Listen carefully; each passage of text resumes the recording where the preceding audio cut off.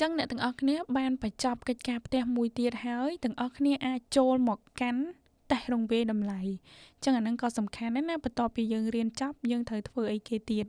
អញ្ចឹងបងប្អូនទាំងអស់គ្នាចុចលើ quiz ហ្នឹងមកវានឹង load free view quiz ហើយអញ្ចឹងយើងចុចលើនឹងមួយទៀតមកយើងអាចបន្តកិច្ចការរបស់យើងបានបន្តទៀតហើយ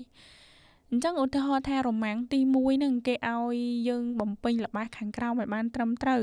ដែលមាន5សំណួរអញ្ចឹងទាំងអស់គ្នាអាចធ្វើតាមហ្នឹងមកបើសិនជាទាំងអស់គ្នាចង់ដឹងកាន់តែច្បាស់ណាថាសំណួរទាំងអស់ហ្នឹងមានប៉ុន្មានសំណួរទាំងអស់គ្នាក៏លេខមកមើលខាងស្ដាំដៃអ្នកទាំងអស់គ្នាវានឹងឃើញចំនួនសំណួរដែលអ្នកទាំងអស់គ្នាត្រូវធ្វើនៅក្នុង quiz មួយហ្នឹងឯងចឹងមាន1ដល់7សំណួរចឹងទៅចឹងរ៉ូម៉ាំងទី1ទាំងអស់គ្នាត្រូវបំពេញឲ្យត្រឹមត្រូវចាំយើងចុច next page អញ្ចឹងយើងជ្រើសរើសមកចម្លើយមួយណាត្រឹមត្រូវយើងយកមួយហ្នឹងមកបន្ទាប់មកទៀតយើងចុច next page អញ្ចឹងបន្ទាប់ពីបងប្អូនទាំងអស់គ្នា next page វានឹងចូលមកដល់រ៉ូម៉ាំងទី2គេឲ្យយើងជ្រើសរើសម្ដងអញ្ចឹងពហុជ្រើសរើសហ្នឹងគឺមានច្រើនសំណួរដូចគ្នាអាចពី1ដល់5សំណួរប៉ុន្តែសំណួរមួយហ្នឹងអាចឲ្យយើងជ្រើសរើសតាមលក្ខខណ្ឌដែលលោកគ្រូអ្នកគ្រូដាក់មកអញ្ចឹងទៅអញ្ចឹងបន្ទាប់ពីយើងធ្វើចប់បងប្អូនទាំងអស់គ្នាត្រូវចុច next page អញ្ចឹងអត់ទាន់ចប់ទេនៅសំណួរចុងក្រោយសំណួរទី7អញ្ចឹងគេឲ្យយើងជ្រើសរើសពាក្យខុសឬត្រូវនៅមុខល្បះអញ្ចឹងល្បះទាំងអស់ហ្នឹងគឺគេដឹងថាខុសឬត្រូវឯងអញ្ចឹងអីដែលទាំងអស់គ្នាត្រូវជ្រើសរើសគឺជ្រើសរើសពាក្យខុសត្រូវដាក់នៅមុខល្បះហ្នឹងចឹងជ្រើសរើសតាមអីដែលលោកគ្រូអ្នកគ្រូដាក់ឲ្យបងប្អូនទាំងអស់គ្នាមកបន្ទាប់ពីបងប្អូនទាំងអស់គ្នាធ្វើចប់ហើយទាំងអស់គ្នាត្រូវចុច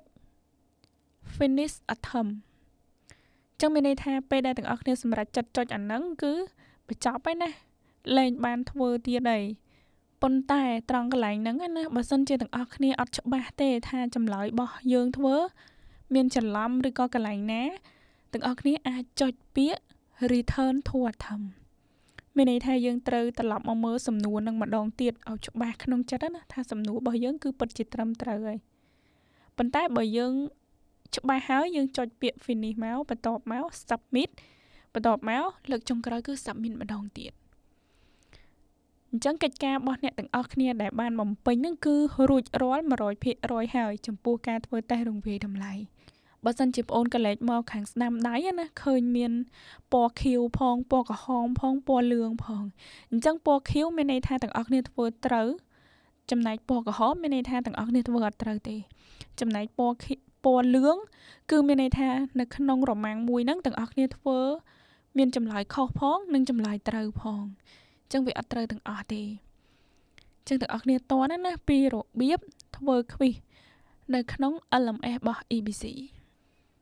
យល់បានទេទាំងអស់គ្នាអញ្ចឹងវាបង្ហាញបន្ទុកឲ្យយើងភ្លាមហ្នឹងហ្មងពេលដែលយើង submit រួចរាល់អញ្ចឹងទាំងអស់គ្នាអាចយកតេស្តរង្វាយតម្លៃហ្នឹងដើម្បីពង្រឹងសមត្ថភាពខ្លួនឯងទៅលើមេរៀនមួយដែលយើងបានរៀនកន្លងមកចាប់ពីមេរៀនទី1រហូតដល់មេរៀនបញ្ចប់អញ្ចឹងទៅអញ្ចឹងពេលដែលយើងចុច finish ម្ដងទៀតណាវានឹងបង្ហាញបន្ទុកពេញលេញហ្មងឲ្យយើងមើលអញ្ចឹងអរគុណអ្នកទាំងអស់គ្នាដែលតាមដានវីដេអូហ្នឹងតាំងពីដើមរហូតដល់ចប់